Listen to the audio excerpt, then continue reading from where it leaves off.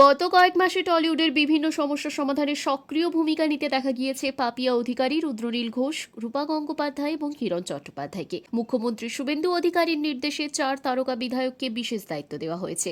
দীর্ঘদিন ধরে তথ্য ও সংস্কৃতি দপ্তর ঘিরে থ্রেড কালচার, তোলাবাজি এবং বিভিন্ন সংগঠনের রাজনৈতিক প্রভাব বিস্তারের অভিযোগ, ইম্পা বিতর্ক খতিয়ে দেখার দায়িত্ব পেয়েছিলেন তারা। কিন্তু রাজ্যের প্রথম বিজেপি সরকারের মন্ত্রিসভা সম্প্রসারণ ঘিরে রাজনৈতিক মহলে ব্যাপক আগ্রহ দেখা যায়। টলিউডের পরিচিত 4 বিধায়ক রুদ্রনীল ঘোষ, পাপিয়া অধিকারী, রূপা গঙ্গোপাধ্যায় এবং হিরণ চট্টোপাধ্যায়ের মধ্যে কেউই মন্ত্রিসভায় স্থান পাননি। ফলে এই সিদ্ধান্ত ঘিরে নতুন জল্পনা তৈরি হয়েছে। তাহলে এত কাজের পরেও কেন টলিউডের কোনো মুখ মন্ত্রিসভায় জায়গা পেলেন না?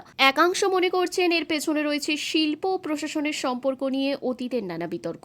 অনেকের মতে টলিউডের কোনো পরিচিত মুখকে মন্ত্রী করলে শিল্পের অভ্যন্তরীণ গোষ্ঠীদ্বন্দ্বের ভারসাম্য নষ্ট হতে পারত। তাই সরকার এমন কাউকে দায়িত্ব দিতে পারে যিনি সরাসরি চলচ্চিত্র জগতের অংশ নন। তবে এখন সকলের নজর মন্ত্রক বণ্টনের দিকে। তথ্য ও সংস্কৃতি দপ্তরের দায়িত্ব শেষ পর্যন্ত কার হাতে যায় সেটাই আপাতত সবচেয়ে বড় প্রশ্ন। এছাড়াও মন্ত্রিসভায় স্থান পেলেন না রত্না দেবনাথও।